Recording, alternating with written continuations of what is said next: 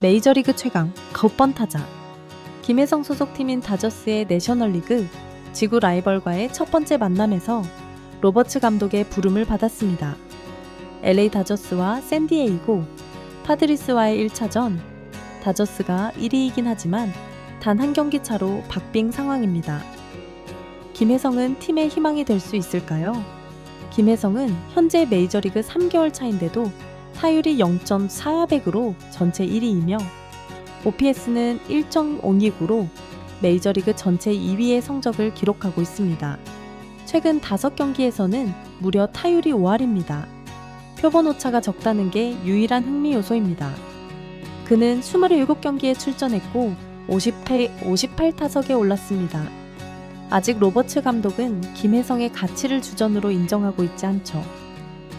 다저스 네이션은 9일 경기가 끝난 뒤 유튜브 방송에서 왜 데이브 로버츠 감독은 김혜성이 뛰는 것을 싫어하는 것일까 라며 김혜성의 기용 방법에 대해 의문을 가졌고, 미겔 로하스가 빠질 때만 많이 뛰는 것 같다. 김혜성은 확실히 더 많은 출전 시간이 필요하다. 김혜성은 좌완 투수를 상대해 봐야 한다. 라면서 김혜성에게 더 많은 기회를 줘야 한다는 의견이었습니다. 다저스 다이제스트 또한 중견수로 김혜성은 출전 시간이 많지 않았음에도 불구하고 꽤나 안정적인 모습을 보여줬다. 타석에서의 활약, 주루, 수비를 모두 고려했을 때 타격 성적은 어느 정도 하락이 예상된다고 하더라도 김혜성을 대부분의 경기에서 선발로 기용하지 않는 이유를 찾기 어렵다. 이렇게 지적했습니다. 로버츠 감독도 이를 인지하고 있는지 김혜성은 올 시즌 처음으로 3경기 연속 선발 출전하는 기회를 얻게 되었는데요. 김혜성에게 맡겨진 건 중견수와 가본번 타자였습니다. 그리고 미국인 아버지와 한국인 어머니 사이에서 태어난 토미 현수 에드먼이 제일 번 타자가 되면서 월드 베이스볼 클래식이 열리게 되면 한국 대표로 1, 2번 타자로 나서게 될 선수들이 메이저리그 최강팀에서 나란히 선발 출전한 상황입니다. 최강 타선을 상대해야 하는 샌디에이고, 투수는 에이스 다르비슈 유였습니다. 주무기가 커브이고 패스트볼은 150km 정도를 던지는 우투수였습니다. 샌프란시스코와의 경기에서도 이정우에게는 안타를 맞았지만 쉽게 공략하기 어려웠던 투수였죠. 다저스는 하필 최근 성적이 좋지 않았고, 그나마 김혜성이 전날 3루타와 함께 2타점, 토미 현수 에드먼은 멀티 2타점을 올리면서 한국 선수들의 활약으로 다저스를 연패에서 구해냈습니다. 장타가 매우 부족했던 다저스가 다르비슈 유를 상대로 다시 살아날 수 있을까요? 다저스는 언제 부진했냐는 듯 오타니부터 시작해서 연속 장타가 터지면서 무려 7명이 타석에 들어왔고, 이 점을 낸 것이 아쉬울 정도로 다르비슈 유를 힘들게 만들어버렸습니다. 2회에 김혜성까지 돌아올 뻔했죠. 하지만 샌디에이고도 만만치 않았습니다. 다저스의 손매 선발 투수는 저스틴 메이.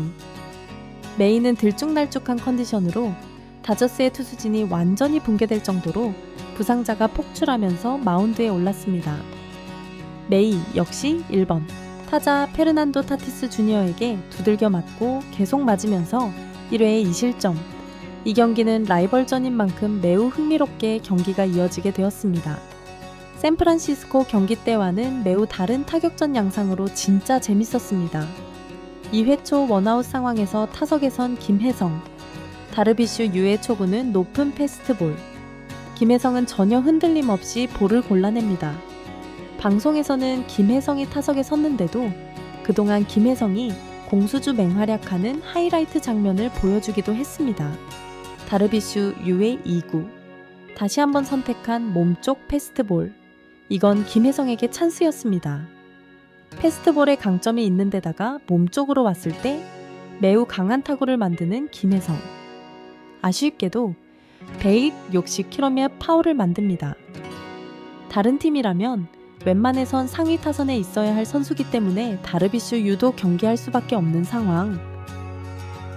다르비슈 유는 이제 주무기인 커브를 2번 연속 선택하지만 제구가 되지 않으면서 김혜성은 1볼 3생 스트라이크로 유리하게 끌고 갔습니다. 다르비슈 유는 5구째 한복판으로 패스트볼을 선택했지만 김혜성은 존을 벗어난 공을 적극적으로 타격하면서 뜬공으로 첫 타석을 마무리하게 됩니다. 경기는 역전에 역전을 거듭하면서 정말 흥미로운 전개가 되었습니다. 샌디에이고가 2회에 먼저 1점을 냈지만 3회 다저스가 3점을 뽑아내버리고 승기를 잡은 줄 알았는데 곧바로 샌디에이고 말로에서 싹쓸이 3타점 3루타를 쳐버리면서 다시 또 역전까지 만들어냈습니다. 4회까지 양팀 스코어는 5대6 상황. 5회 초 다저스가 반격을 해야 했습니다. 샌디에이고의 다르비슈 유가 5실점을 했지만 4다 4회를 무실점으로 막았고 안정감을 찾을 기미가 보였는데 오히려 교체를 해버리면서 이 스코어를 지키겠다는 전략으로 나왔습니다. 첫 번째 불펜 투수는 일본 좌완 투수 이마나가 쇼타, 평균 자책점이 3점대 초반으로 준수했습니다. 첫 타자부터 잘 마무리를 시켜야 하는 만큼 좌투수를 내보냈지만 맥스먼시는 이마나가 공략에 성공하면서 중전 안타로 출루를 하듯 했습니다. 이어진 타자들이 아웃이 되었고 5회 투아웃 주자 2루 상황이 되었는데 이때가 진짜 가장 긴장되는 순간이기도 했습니다. 좌투수 이마나가가 올라와 있고 다저스는 이 찬스를 놓칠 수 없었던 상황이죠. 그렇기 때문에 로버츠 감독의 선택 하나에 김혜성은 교체될 위기였습니다. 김혜성은 지금까지 좌투수를 딱 2번 상대했습니다. 그만큼 로버츠 감독이 좌투수를 만나지 않게 한 거죠. 명분도 없었습니다. 김혜성은 한국에서도 좌투수에게 타율이 나쁘지 않았으니까요. 그런데도 김혜성은 플래툰에 갇혀 있었죠. 방송 카메라가 교체 선수를 비춰주지 않고 있었기 때문에 어느 정도 기대감도 있었죠. 그리고 바로 김혜성이 타석에 섰습니다. 로버츠 감독이 동점 내지 역전할 수 있는 이 기회에 김혜성을 믿고 출전시킨 것입니다. 어쩐 일인지 김혜성은 좌투수 상대 2회 타수 2안타였습니다. 한일전인 만큼 이번 타석은 2마리 토끼를 얻을 수 있는 절호의 기회였습니다. 신경이 쓰였던 건 앞선 타석에서 커브에 약하다는 걸 제대로 보여줬다 보니까 이마나가가 커브를 많이 사용한다면 김혜성이 불리할 수도 있겠다는 압박이 왔습니다. 이마나가는 커브 사용률이 2% 이하였습니다. 이마나가의 초구는 슬라이더 스트라이크로 김혜성은 여유있게 지켜봤습니다.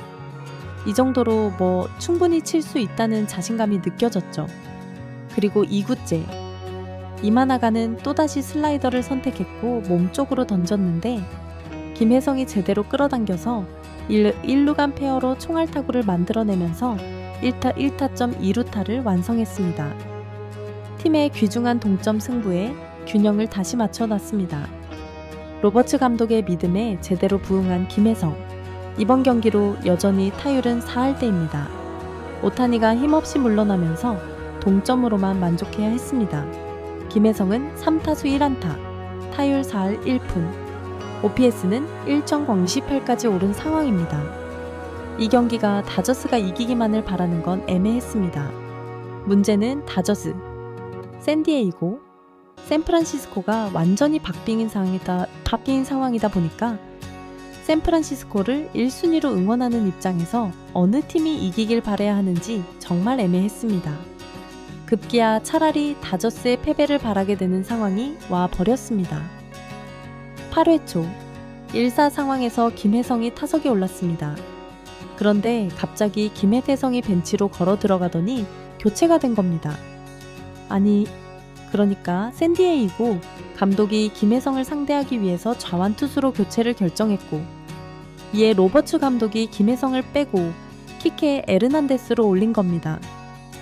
이 친구는 이해할 수 없게도 초반 우타자입니다. 뭔 비교도 안 되는 타자를 김혜성과 교체를 하냐는 말입니다. 결과도 3구 3진이었습니다.